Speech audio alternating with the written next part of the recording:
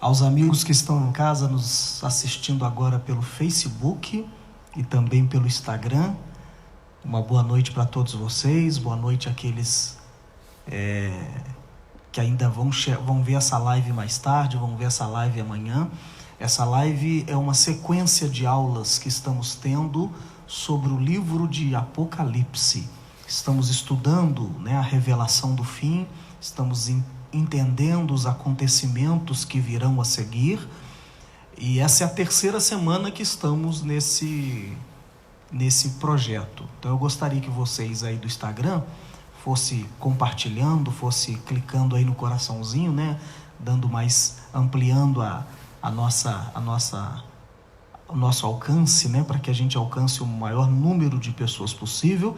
E essa noite, pela primeira vez, nós vamos estar também pelo Facebook, Muita gente pedindo que transmitisse essa aula pelo Facebook, então resolvemos aqui fazer essa aula também pelo Facebook. Eu espero que tenhamos um alcance aí do pessoal, beleza? Se vocês tiverem perguntas, podem mandar aí pelo Face, pode mandar também aqui pelo Instagram.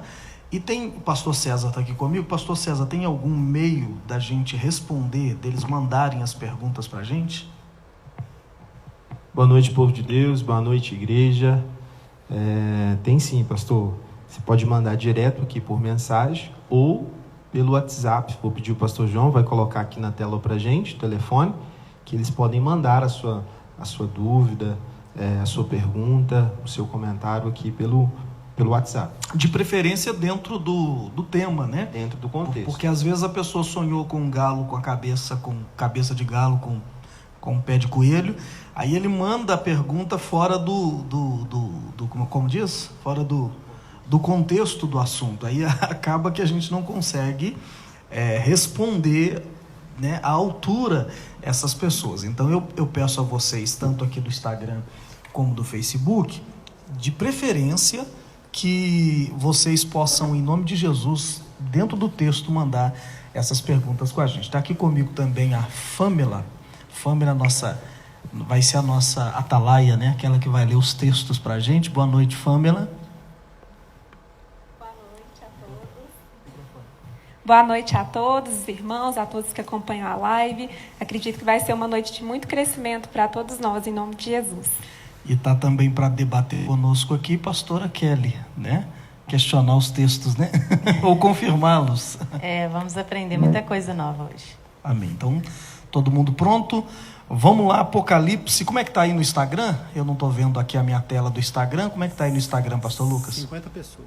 Já temos 50 pessoas no Instagram. Pelo Facebook, pastor João? Pastor, aqui no Facebook a gente já tem quase 45 pessoas, aparelhos ligados. Lembrando que no Facebook, geralmente o pessoal, eles quando vão compartilhar, se reúnem, Não é apenas uma pessoa que está aqui, é um aparelho ligado. Eles reúnem em salas, em salas de aula, Então, às vezes tem 5, 6, 7, 8, 9, 10 pessoas por aparelho ligado.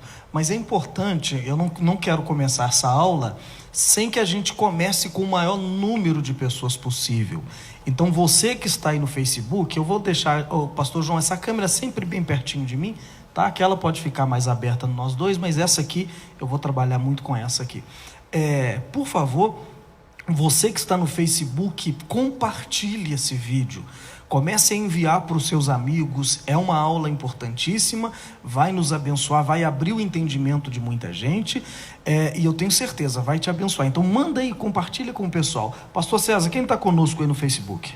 Pastor, aqui no Facebook está com a gente a Débora Pena, a Vilma Luísa, a Alessandra de Moraes, o Wesley, está aqui a Rosimeire, está aqui o Carlos Santos, está aqui a Vívia Santos, está aqui também o Wellington Jorge, está aqui também a Giovana Cristina, a Érica Oliveira, está aqui a Lauriette, a Aline Silva, está aqui também o Jaderson. O pessoal está chegando, pastor. Está chegando. Está com quantas pessoas aí? Está com 46 aparelhos ligados. 46 aparelhos. Instagram, como é que está aí, pastor Lucas? 64 aparelhos. 64 aparelhos pelo Instagram. Então nós estamos passando de 100 aparelhos já com a gente.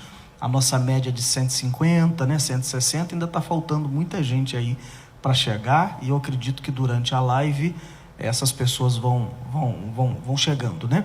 Então vamos lá, nós vamos ler Apocalipse capítulo de número 12. Apocalipse capítulo de número 12, a mulher e o dragão, é o texto, é o estudo que nós vamos fazer do capítulo 12. Eu vou pedir a Fâmila para ler para a gente do versículo 1 ao versículo de número 6 do livro de Apocalipse capítulo 12. Então, pega a sua Bíblia, é importante que você esteja também com caderno, com caneta, para que você possa anotar os textos direitinho, tá bom? Apocalipse capítulo de número 12, vamos acompanhar a leitura. A mulher e o dragão. E viu-se um grande sinal no céu, uma mulher vestida de sol e a lua debaixo dos seus pés, e uma coroa de 12 estrelas sobre a sua cabeça. E estava grávida e com dores de parto, e gritava com ânsias de dar à luz. E viu-se outro sinal no céu, e eis que era um grande dragão vermelho, que tinha 7 cabeças e 7 chifres, e sobre as suas cabeças 7 diademas. E a sua cauda levava após si a 3ª parte das estrelas do céu, e lançou-as sobre a terra. E o dragão parou diante da mulher que havia de dar à luz, para que, em dando ela à luz, lhe tragasse o seu filho. E deu à luz a um filho varão, que havia de reger todas as nações com vara de ferro. E o seu filho foi arrebatado para Deus e para o seu trono. E a mulher fugia para o deserto, onde já tinha lugar preparado por Deus, para que lá a mantivessem 1260 dias. Então vamos lá, vamos entender os textos aqui de Apocalipse, vamos entender os códigos. Para se estudar esse livro, começa aqui. Primeiro, preste atenção. Apocalipse significa, no português, traduzindo para o português, significa revelação. Mas no grego, pastor César, Apocalipse no grego quer dizer ape, que significa tirar, lipse, véu. Então, Apocalipse significa tirando o véu. Apocalipse não significa mistério. Pelo contrário, se Apocalipse fosse um livro que a gente tem que fugir dele porque não entende, ele ia chamar qualquer coisa, os mistérios de Deus, os mistérios profundos da eternidade, ele ia chamar qualquer coisa, menos tirando o véu, menos revelação. Ele é chamado de revelação porque tudo que está ali é Deus trazendo revelação, é Deus trazendo entendimento para nós. É Deus querendo dar para a gente entendimento do que está dentro do livro de Apocalipse. Então é importante a gente perceber o seguinte: tudo que está aqui são símbolos, só temos que entender os símbolos. Porque quando um cara lê a mulher e o dragão, um dragão com 7 cabeças, com 10 chifres, o cara vai falar assim: eu não vou ler isso não, você está doido? Ele já pensa que Deus está criando um futuro cheio de dragões, de fogo, e não é nada disso. Essas figuras, a mulher grávida com 7 estrelas, todos esses são símbolos, que se sabemos o que simboliza, então vamos entendendo o texto. Porque se isso aqui fosse verdade, Deus estaria criando um outro mundo, um mundo que nem o mundo de Nárnia ia competir com ele, um mundo de fantasia realmente. E Deus não trabalha assim. Na verdade, todos os símbolos que estão aqui são símbolos que, para o povo judeu, são símbolos que eles entendem, porque eles convivem com esses símbolos no Oriente Médio desde que o mundo é mundo. Então, desde que a Bíblia foi escrita, você vai ver de Gênesis a Apocalipse, todos os símbolos que estão aqui em Apocalipse aparecerem várias vezes. Para nós do Ocidente, são símbolos que não conseguimos entender. Então, só precisamos saber o significado de cada um desses símbolos. Quer ver? Uma das coisas que precisamos entender de uma maneira clara é o que está escrito nos 3 primeiros capítulos do livro de Apocalipse. Os 3 primeiros livros de Apocalipse, abre aí você que está em casa, eu vou parar um pouquinho aqui o Apocalipse 12, vou deixar ele aqui paradinho, e vamos só introduzir para você ver como que Deus trabalha com símbolos. Apocalipse, capítulo de número 3, fala das 7 cartas do Apocalipse, né, que começa nos 3 primeiros capítulos. Deus fala das 7 cartas do Apocalipse. As 7 cartas do Apocalipse, vamos ler lá o 3, eu vou pedir a Fâmila para ler para a gente. Apocalipse, capítulo 3, versículo... Eu vou ler só o capítulo 3, 7, até o versículo... Vamos ler o 3, do 7 ao 13, para mim, Fâmila. Apocalipse, as cartas da igreja de Apocalipse, olha lá. E ao anjo da igreja que está em Filadélfia, escreve: isto diz o santo, o verdadeiro, que tem a chave de Davi, o que abre e ninguém cerra, e cerra e ninguém abre. Eu sei de tuas obras.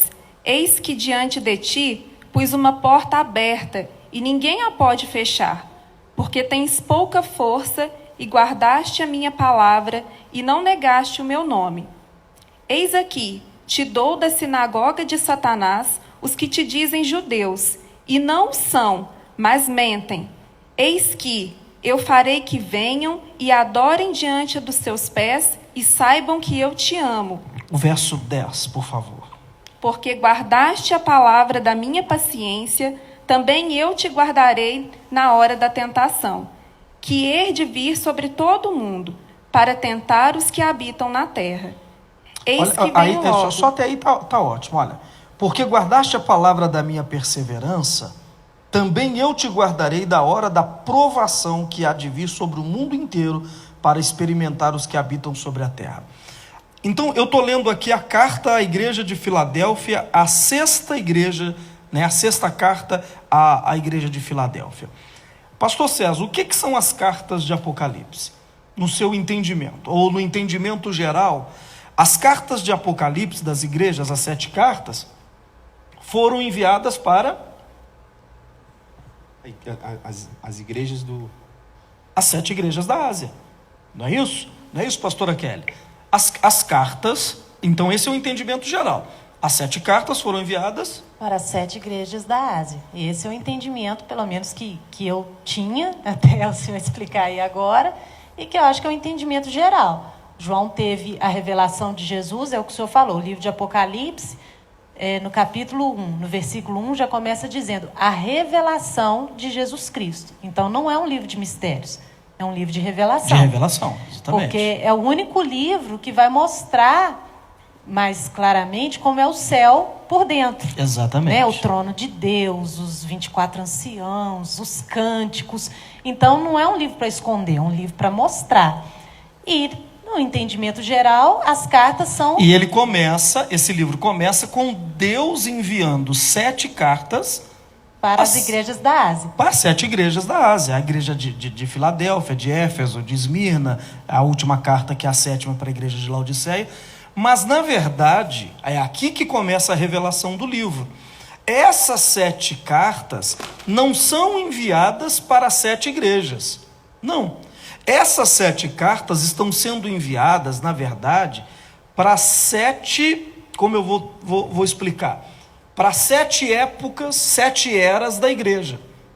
O que Deus determinou é que a igreja iria viver 7 eras. Cada uma das eras da igreja foi escrita uma carta para essa era. Então, Deus pegou a totalidade das igrejas que iriam viver de Jesus Cristo até os nossos dias, ou os dias de Apocalipse. Ele pegou a totalidade dessas igrejas e dividiu essas igrejas em épocas. Cada época vive uma igreja. Ele não está falando da igreja quadrangular, Assembleia, Deus e Amor, Batista, não. A igreja de Jesus, os cristãos do mundo inteiro, Deus reuniu esses cristãos, está dando para entender? Esses cristãos, eles viveram épocas. Para cada época, Deus escreveu uma carta. Então a igreja de Jesus está determinado que ela vai ficar na terra quanto tempo? 7 épocas. Para cada época, uma carta. A grande pergunta qual é? Em que carta nós estamos? Em qual época nós estamos, para que a gente entenda que carta está falando conosco? A carta que está falando conosco é exatamente essa que eu acabei de ler. É a igreja da restauração. A igreja de Filadélfia representa a igreja da restauração. É a igreja que foi restaurado o amor, que foi restaurada a fé. É a igreja que nós estamos vivendo o finalzinho de Filadélfia.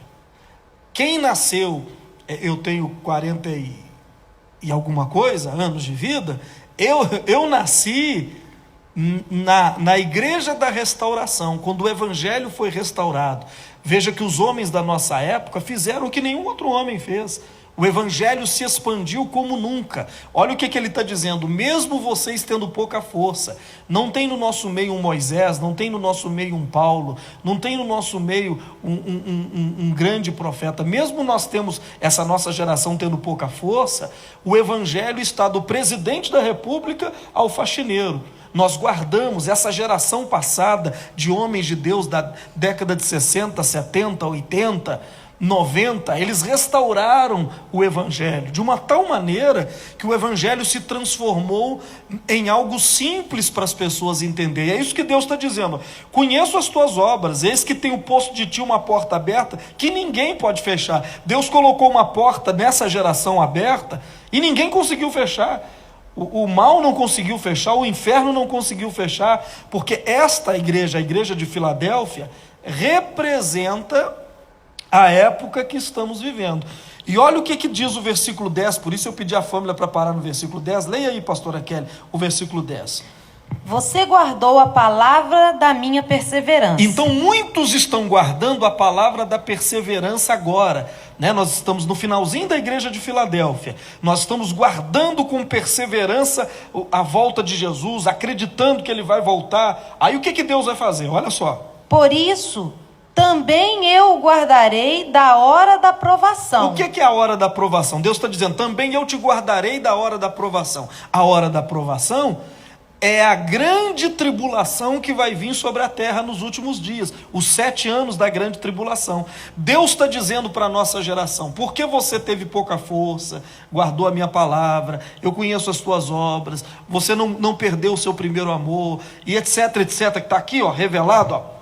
Conheço as tuas obras, pus diante de ti uma porta aberta que ninguém pode fechar. Tendo pouca força, guardaste a minha palavra e não negaste o meu nome. Aí o verso 10 ele disse assim: do jeito que você guardou a minha palavra, eu também vou te guardar da grande tribulação. O que Deus está tentando dizer? Que da nossa geração, muita gente não vai passar pela grande tribulação. E aprendemos nas aulas passadas que a grande tribulação, ela dá início com o arrebatamento dos vencedores. Então o que Deus está dizendo? Eu vou guardar da tribulação que vai vir sobre o mundo inteiro. A grande tribulação vai pegar todo mundo. O mundo inteiro vai entrar na grande tribulação. Os únicos que não vai viver a grande tribulação é aqueles que no arrebatamento Deus vai tirar da terra e vai levá-los para o céu, para eles não passar pela tribulação. Quem são esses? São os crentes dessa geração. Na verdade, são os crentes de todas as gerações, desde que a igreja foi fundada, de 2000 anos pelo menos de história. Todos os crentes que foram vencedores, que guardaram a palavra, inclusive os dessa geração, Deus está dizendo: eu não vou deixar vocês passar pela grande tribulação. Então, o que eu estou tentando dizer é: nós estamos agora, nesse momento, na igreja de Filadélfia, no finalzinho da igreja de Filadélfia, a nossa geração, mas já estamos entrando para a geração de Laodiceia. E essa geração de Laodiceia já está presente no meio da igreja. Muitos já estão presentes, porque está havendo uma transição. A nossa geração, a geração da restauração, da Filadélfia, que Deus vai arrebatar, ela está terminando, e está entrando a geração de Laodiceia, que é a carta à igreja de Laodiceia, é para uma nova geração de crentes que está nascendo agora, que fazem parte dessa igreja de Laodiceia. Agora, olha a diferença dessa nova geração. Está na carta de Laodiceia, versículo 14. Ao anjo da igreja em Laodiceia, escreva: estas coisas diz o Amém, a testemunha fiel e verdadeira, o princípio da criação de Deus. Conheço as obras que você realiza. Aí Deus começa dizendo, olha, ele conhece a igreja de Filadélfia, essa geração de crentes fiéis, porque nós viemos de uma geração de crentes fiéis. Nós viemos de uma geração de homens de Deus, homens que temeram o pecado, temeram falhar com o altar, temeram desobedecer a Deus, homens que guardaram a palavra, que mesmo com pouca força não negaram o nome de Cristo, levaram o nome de Cristo até as últimas consequências. Mas essa geração, pastor César, está o quê? Terminando. Os crentes que estão nascendo agora já não têm as convicções dos crentes dessa geração. Por isso, a geração de Filadélfia, a geração que nós nascemos, é a da restauração. Mas a de Laodiceia, anote aí, é a da degradação. Pastor, seria o caso porque antigamente, né, nós viemos daquele evangelho dos nossos avós, de círculo de oração, de monte, né, de campanhas de jejum, e hoje essas coisas parece que estão perdendo o sentido, dando lugar a outros modismos, né? Está vindo outras ideias, né? Então, por que a nossa geração, essa geração passada, que eu me considero fazer parte dela, é uma geração que não dorme sem orar, que não acorda e não sai do quarto sem orar, que ora de joelhos, que é uma geração que dizima de tudo que Deus dá, que oferta fielmente, é uma geração que jejua, uma geração que faz vigília, uma geração que testemunha, uma geração que não faz tatuagem, uma geração que não canta música mundana, uma geração que preza na sua maneira de vestir, na sua maneira de pensar, mas uma geração que quando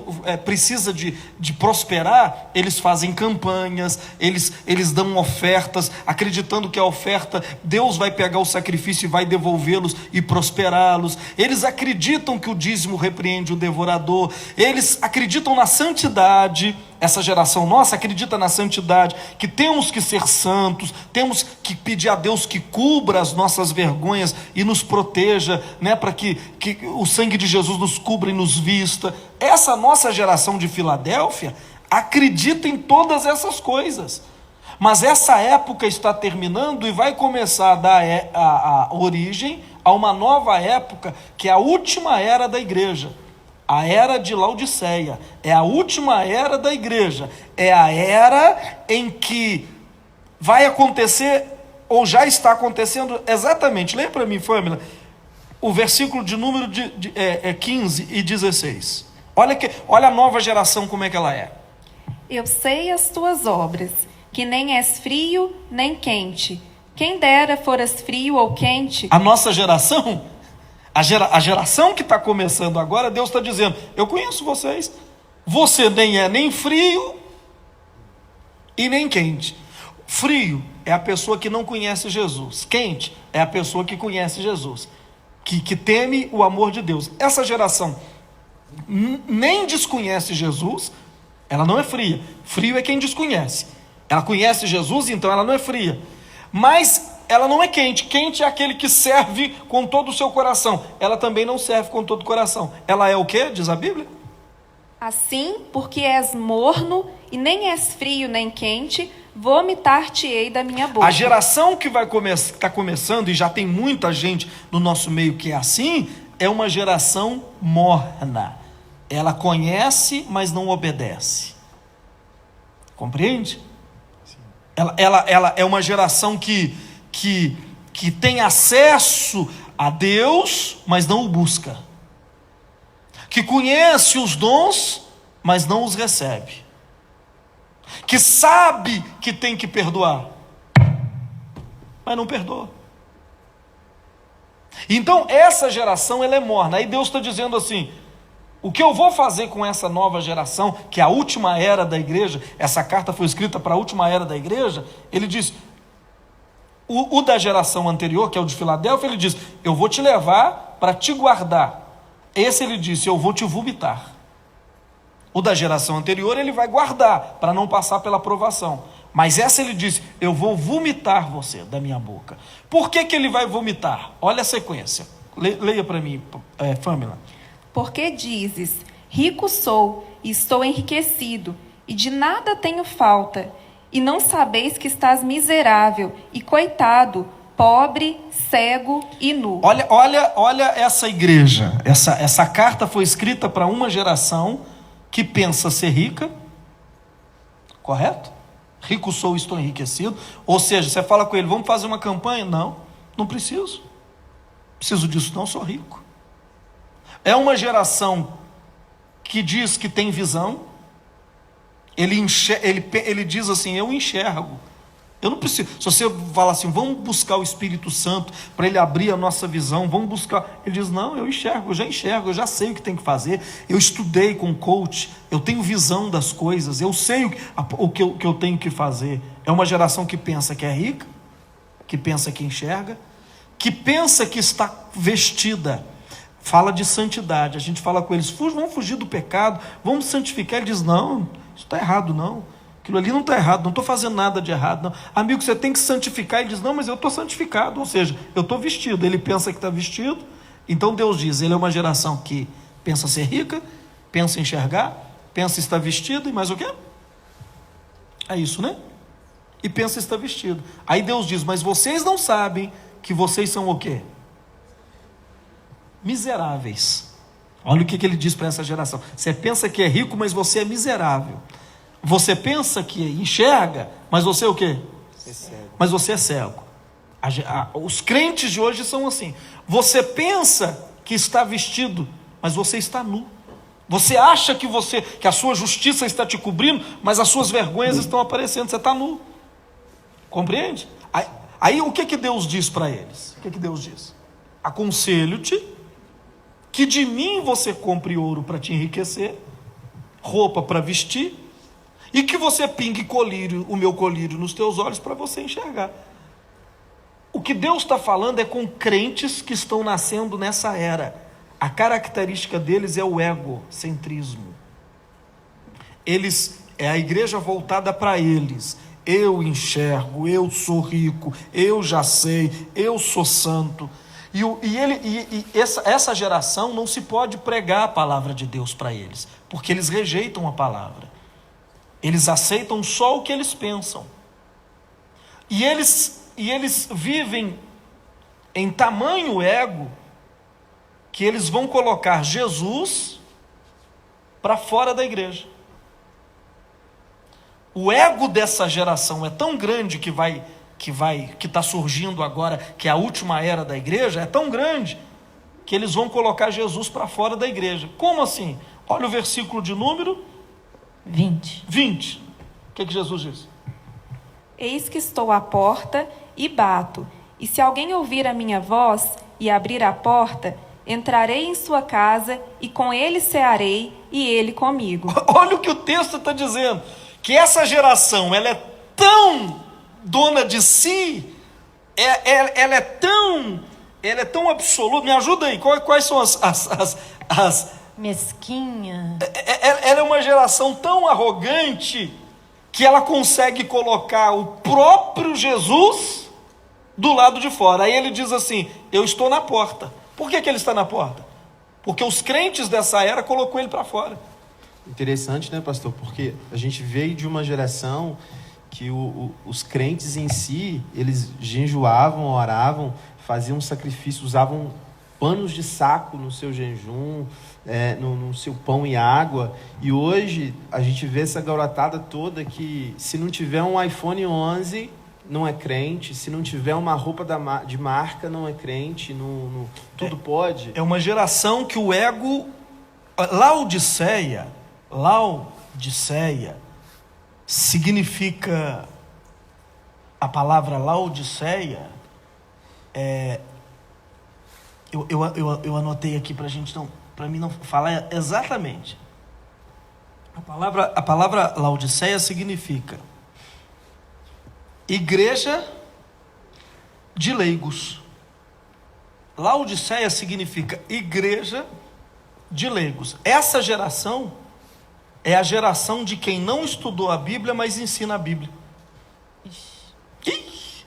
Eita. Esta geração que vai chegar agora, ele não estuda, ele não sabe aonde está os 10 mandamentos, mas ele está no Facebook, talvez esteja aí agora me questionando. Estou 20 anos debruçado na Bíblia.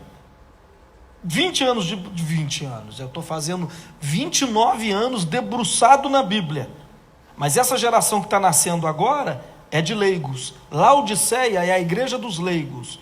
O que significa?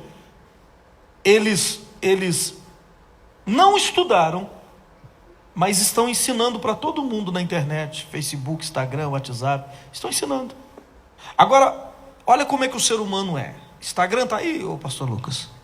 Pessoal, está chegando aí? Pastor, está conosco no Instagram o pastor Jerônimo Onoto da Silveira. Ô, meu pastor, que Deus abençoe o senhor. Cadê ele? Está aqui, ó. Deus abençoe meu pastor. Tudo que eu estou ensinando aqui é ensinado pelo meu pastor. Pastor Jerônimo. Quem tem pastor, tem tudo. Pastor Jerônimo, um grande abraço para o senhor.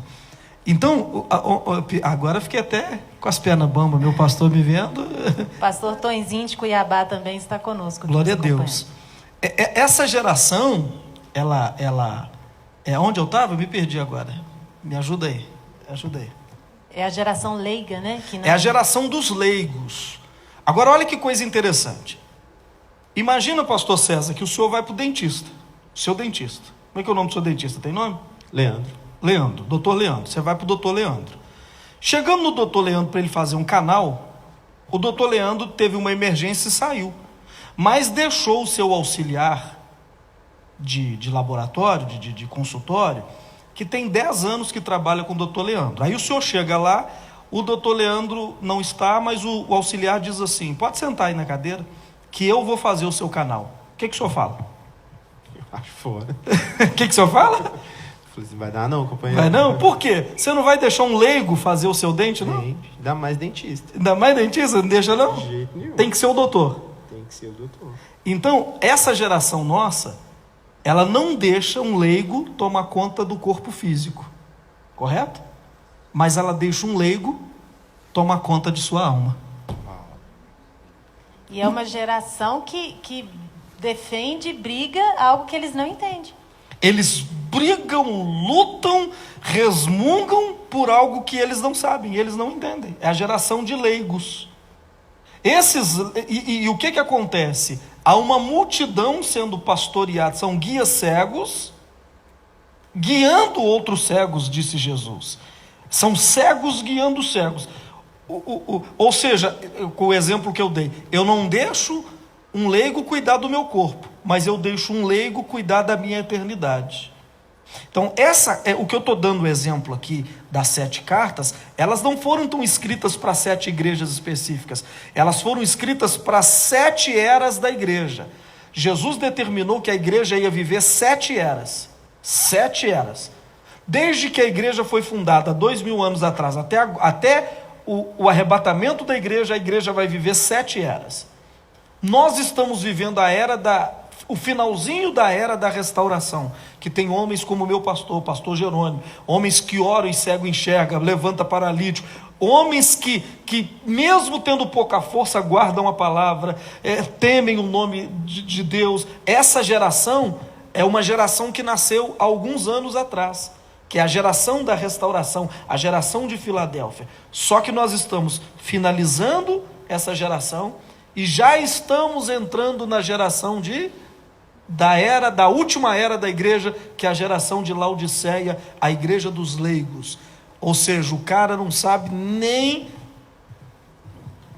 É o cara que vive da experiência dos outros, né, pastor? Ele conta a história dos outros, ele não tem história própria, ele não teve experiência com Deus. Então, Deus está dizendo aqui nas cartas, eu vou fechar agora o assunto das cartas. Então, o que ele diz? Eu te aconselho, você está dizendo que enxerga, O leigo diz que enxerga, mas é cego. Ele disse que não precisa fazer campanha, não precisa dizimar e ofertar porque ele é rico, mas Deus está dizendo o quê? Você é pobre. Ele está dizendo, eu não preciso jejuar, eu não preciso orar porque eu sou santo, e Deus está dizendo, você está nu, você precisa comprar roupa, porque é uma geração que pensa saber tudo. É a última era da igreja que a igreja vai viver.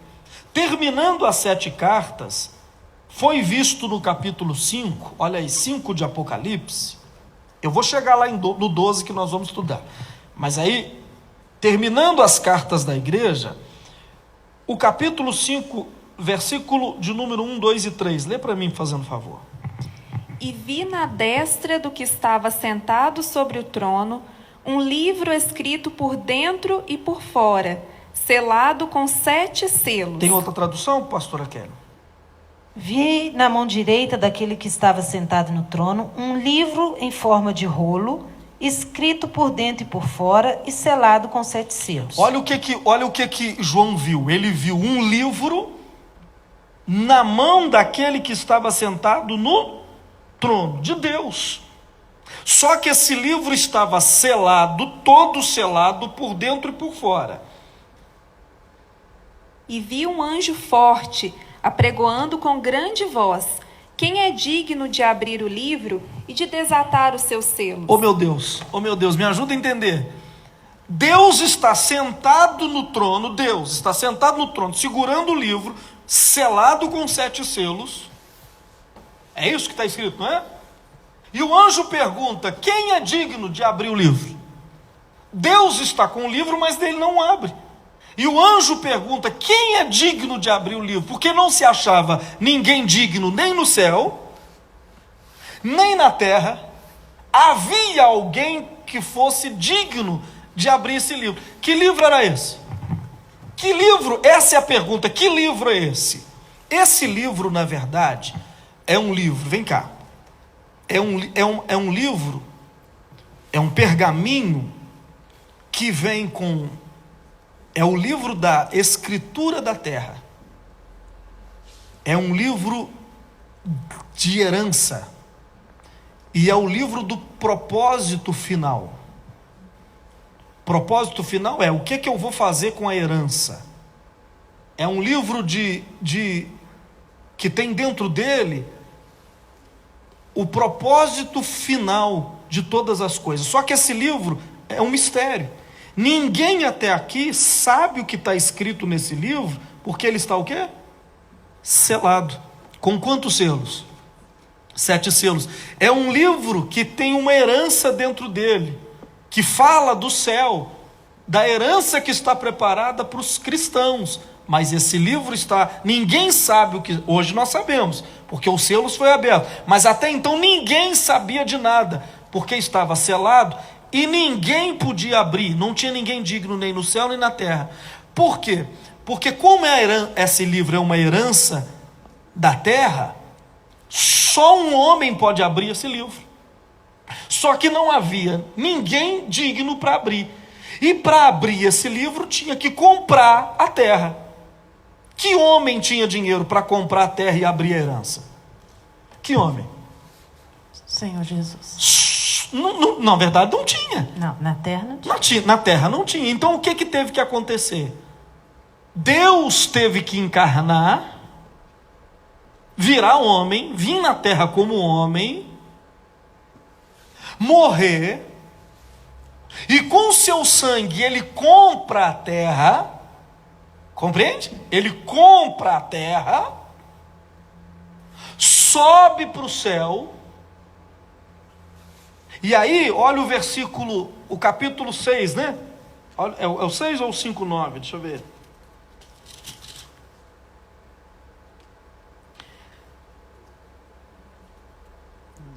Oh, meu Deus, ajuda aí. 5:9? Não, eu estou tentando achar aqui.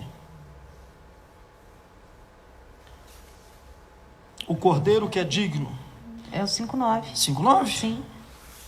Olha só, aí o que diz o 5? Olha o meu raciocínio. Então, esse livro é um livro de uma herança. A herança da terra. Ele é um livro, é uma escritura da terra. Ele é a escritura da terra, que tem lá dentro a herança e o propósito daquilo que Deus quer fazer. Só que ninguém sabia o que ia acontecer, porque esse livro, dentro dele está tudo que vai acontecer no final. Só que ninguém pode abrir, não pode ser revelado para ninguém, porque ninguém comprou a terra. Tem que se comprar a terra para que se abra a escritura. Então, antigamente, uma escritura, ela vinha num pergaminho com 7 selos, e só quem comprasse e pagasse podia desatar ou quebrar os selos e abrir a escritura. Como não havia ninguém digno, nem no céu e nem na terra, porque Deus não podia abrir, porque a terra era dos homens, tinha que ter corpo de homem para abrir. O que Jesus fez?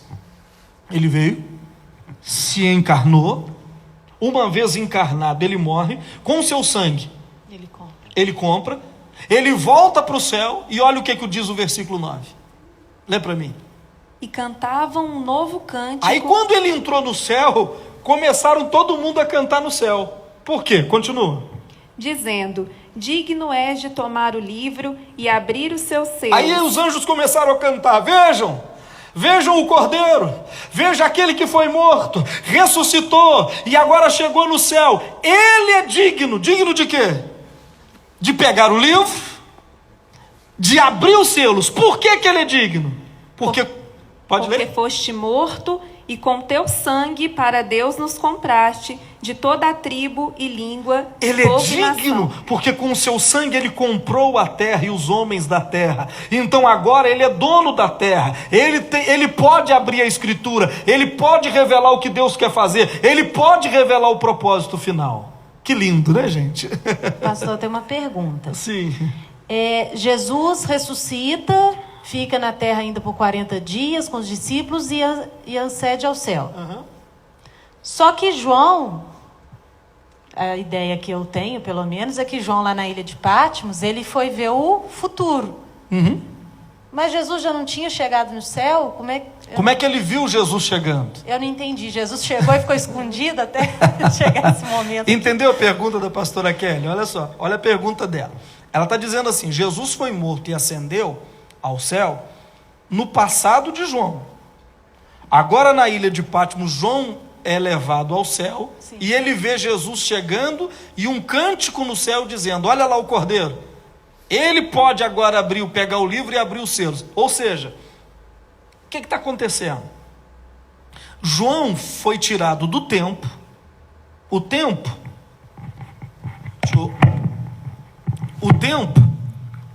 é uma linha linear. Ó, o tempo é isso aqui, ó. Passado, presente, futuro. Eternidade passada, o tempo presente, eternidade futura. Esse é o tempo. Ele tem começo, meio e fim. João foi tirado dessa linha linear, e ele foi tirado do tempo e foi levado para a eternidade. Quando você chega na eternidade, você vê o passado, você vê o presente e você vê o futuro. De uma só vez. De uma só vez.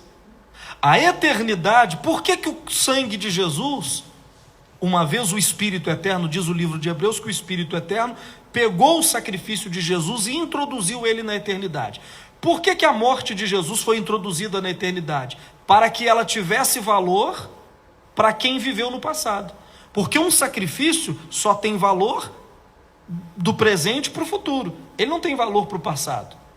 Mas por que o sangue de Jesus pode salvar Abraão, pode salvar Isaac, pode salvar Jacó, pode salvar todos os santos? Porque o sacrifício dele foi levado à eternidade.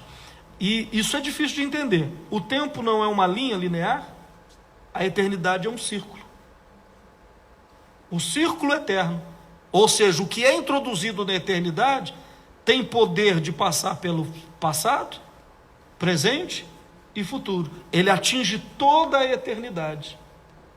Então, quando João chega na eternidade, do ponto que João estava, ele viu o que estava acontecendo. Na verdade, está escrito que ele viu o que Daniel escreveu. Ele viu as visões, Daniel recebendo as visões, ele viu Jesus morrendo, ele viu Jesus ressuscitando e ele viu Jesus chegando ao céu, tudo de uma vez. Uau! Pegaram aí? Pessoal, pegou aí, gente? Então por isso que João diz, olha lá, estou vendo. O cordeiro, ele pode pegar o livro, agora ele pode abrir os selos, e agora ele pode revelar o futuro. Ele pode revelar a herança. Aí começa o livro de Apocalipse. Cada selo que abre, estava oculto esses mistérios do que iria acontecer. Agora não ficou oculto mais, porque Deus está revelando isso, porque o cordeiro comprou a terra, e ele pode abrir a escritura e mostrar o que Deus está pretendendo fazer daqui para frente. Então, na medida que ele abre esses selos, nós vamos entendendo o que vai acontecer. Vai tendo revelação do futuro, do que Deus quer fazer com a terra, porque agora ela é dele. Ele pode falar o que vai acontecer e como ele vai fazer. Até então ele não podia fazer isso. Então o livro de Apocalipse, ele é dividido pelo menos em duas partes. Do capítulo 1 ao capítulo 11, é a história numa continuidade. As cartas às 7 eras das igrejas, ou seja, a igreja vai viver 7 eras, Deus mandou 7 cartas. Segundo, o cordeiro consegue pagar pela terra, ele consegue pagar pela terra e pegar o pergaminho da herança, a escritura da terra, e abrir os selos. Ele abre os selos e vai uma sequência de selos, 1, 2, 3, 4, 5, 6, 7. Quando abre o 7º selo, então fechou-se o livro de Apocalipse, do capítulo 1 ao capítulo 11, onde o 7º selo é aberto. Os outros 11 capítulos é a revelação dos detalhes do que está escrito nos 11 primeiros capítulos. Então o Apocalipse é dividido em duas partes. Do capítulo 1 ao capítulo 11 é uma história sequencial. Do 11 ao 22 é a revelação dos detalhes do que está escrito nos primeiros 11 capítulos. E o que nós vamos estudar, que eu nem sei se vai dar tempo mais, é o que está escrito no capítulo 12, as revelações dos detalhes do capítulo 12. Pergunta? Para nós entrarmos aí no capítulo 12? O senhor disse aí que o sacrifício, ele vale do momento que ele é feito, dali por diante. Então é por isso que a Bíblia diz que Cristo é o cordeiro que foi morto desde a fundação do mundo? Por que ele foi visto na fundação do mundo sendo morto? Porque ele foi introduzido na eternidade. Então o sacrifício, ele tem poder de ir no passado. Quando eu dou uma oferta na igreja, por isso que a Bíblia diz que ela não fica na igreja. Deus a recebe na eternidade. Quando ele a recebe na eternidade, ela tem poder de influenciar o meu passado, ela muda o meu passado, abençoa o meu presente e traz revelação, poder para o meu futuro. É por isso. Muito forte. Muito forte. Por que o pessoal está dizendo aí no Instagram, Facebook? Vamos conversar, Pastor, porque senão nós aqui ficamos no perdidos. Facebook tem a pergunta da Kellen Rocha. Ela está perguntando assim: pastor, se cada carta enviada à igreja da Ásia simboliza uma era, quantos anos corresponde a cada era? Não tem um determinado número de anos para cada era da igreja. São fases que ela viveu, de degradação, de vencer o pecado, de vencer as adversidades. Por exemplo, a nossa era, provavelmente ela está vivendo nesse último século. A nossa era, que foi a era da restauração da igreja. E vamos entrar agora na última era, que provavelmente vai durar alguns anos apenas, porque a grande tribulação ela tem 7 anos. E tudo indica que nós já vamos entrar no momento em que a igreja vai ser arrebatada, ou os vencedores dentro da igreja serão arrebatados. Então, provavelmente essa última era, a igreja de Laodiceia, vai estar presente na grande tribulação que vai ser durante 7 anos. E isso também é por uma promessa que Deus disse que vai vomitar essa geração, né? Ela não vai ficar por muito tempo na boca de Deus. Já imaginou, quando você come um trem estragado, o que acontece? A sensação de vômito é na hora, imediata. Compreendeu? Essa geração que está nascendo, ela está dando o quê? Ânsia. Náuseas em Deus. A geração de crentes que está nascendo agora, tem gente falando o que no Facebook, gente? Me fala aí, porque senão o pessoal briga comigo. Eu estou no Instagram aqui, tem pergunta aqui. O Lucas está dizendo uau, o Jacques está dizendo forte demais, hein? Essa geração da igreja que está nascendo agora, os crentes que estão nascendo agora, você já comeu alguma coisa que você come? Quando você come, você imediatamente já sente que não caiu bem. Você fala, tem alguma coisa errada aqui. Deus está assim. Está nascendo essa geração de Laodiceia Deus está dizendo, tem alguma coisa errada. E está dando náusea. E imediatamente, qual que é, para você ficar livre do que está te fazendo mal, o que você quer? Você quer vomitar, né? A gente aprende isso, né? O remédio para tirar o que está fazendo mal, não tem sonrisal, não tem bicarbonato, não tem sal de fruta, que está dentro da garganta. Ó, taca o dedo na goela, que você vomita, o que está fazendo mal acaba, o mal-estar na hora. Deus está dizendo, eu não vou tomar sonrisal, eu não vou tomar sal de fruta, eu vou vomitar essa geração. Então vai ser muito rápido. Essa geração de Laodiceia é muito rápida. Tem uma pergunta aqui no Instagram. A pastora Andréia está perguntando assim: pastor, em que época começou a primeira era da igreja? Logo que Cristo inaugurou ela, né? Que Cristo morreu e que a igreja em Atos dos Apóstolos recebeu no dia de Pentecostes o Espírito Santo. E isso simboliza a primeira era da igreja, que vamos ver aqui, ó, a primeira carta, né? Que é a carta à igreja de Éfeso, né?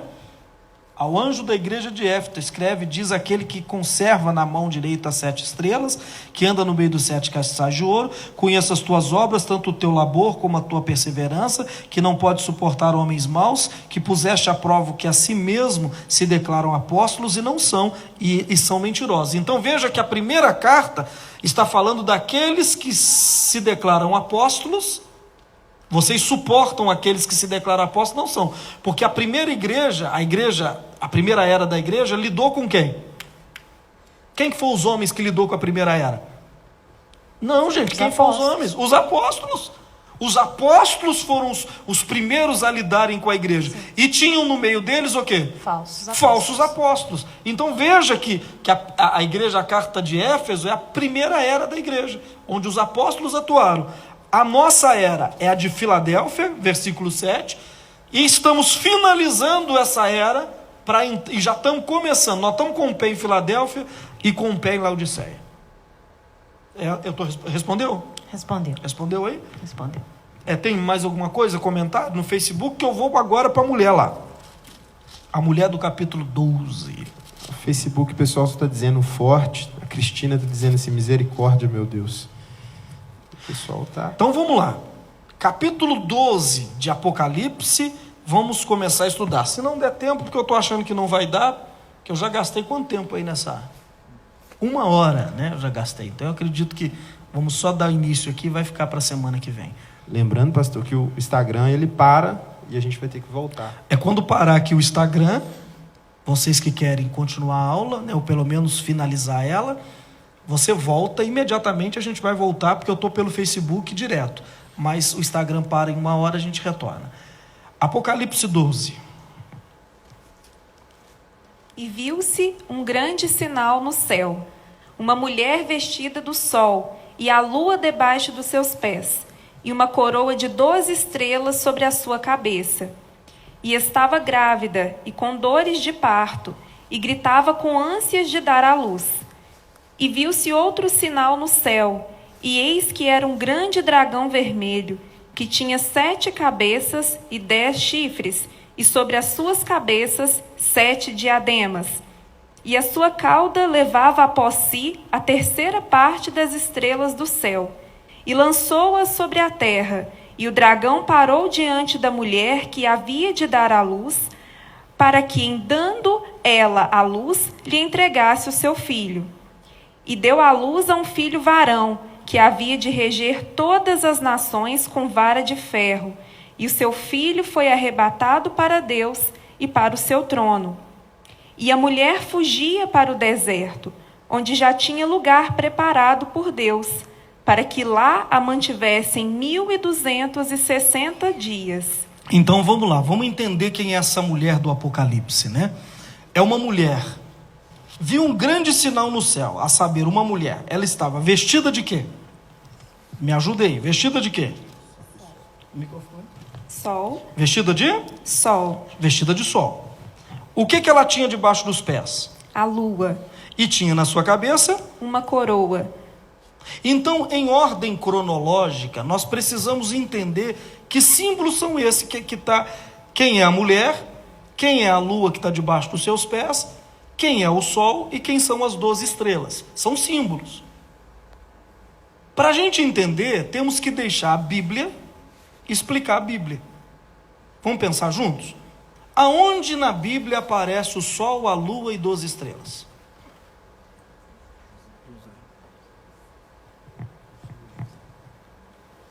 No sonho de José, pastor? No sonho de José. Aparece o sol, a lua, Gênesis 37. 37, 9.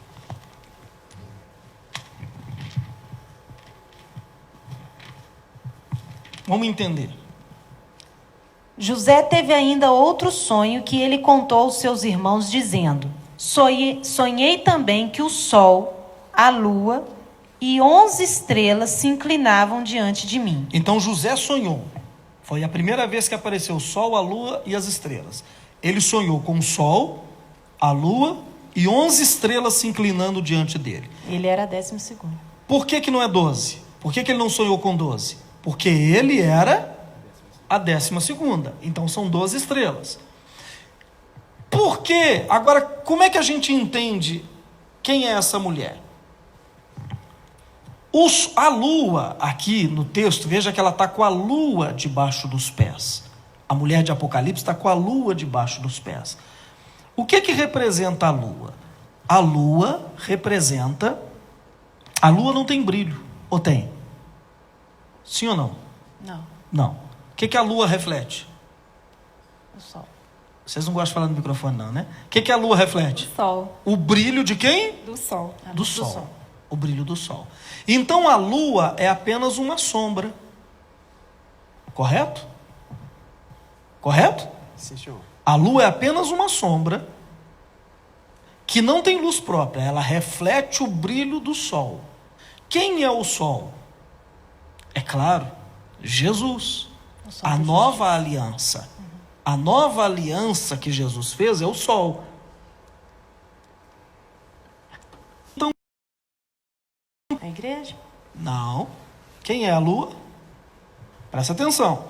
Se a lua é apenas uma sombra, o que a Bíblia fala do Velho Testamento? Que ele é apenas uma sombra das coisas que iriam acontecer. Ele só está apontando para quem? Para Cristo. Cristo não é o sol? Então a mulher tem a lua debaixo dos pés, por quê? Porque tudo começou com a lua. Tudo começou no Velho Testamento. A lua é o Velho Testamento, é o antigo pacto. E o sol é o novo. O sol é o novo pacto, que reveste a mulher. Quem é a mulher? A igreja. A mulher representa Jacó. Ele sonhou com o sol, a lua, mas quê? E 11 estrelas. E as estrelas. A mulher representa. O sol representa Jacó.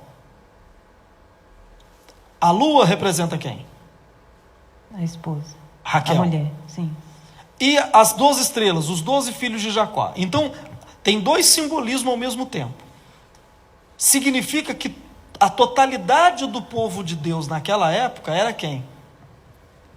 Os filhos de Jacó, Raquel e os seus filhos.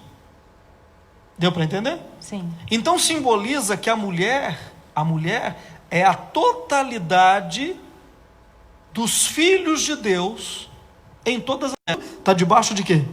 Dos pés dela. Então a base dessa mulher, que é a igreja, sim, mas também é a totalidade do povo de Deus. A base dela é o quê? O Velho Testamento, a lua, nasceu lá. Então tem crentes que vão estar no reino que nasceram no Velho Testamento. Deu para entender ou não? Sim. Que começa às 70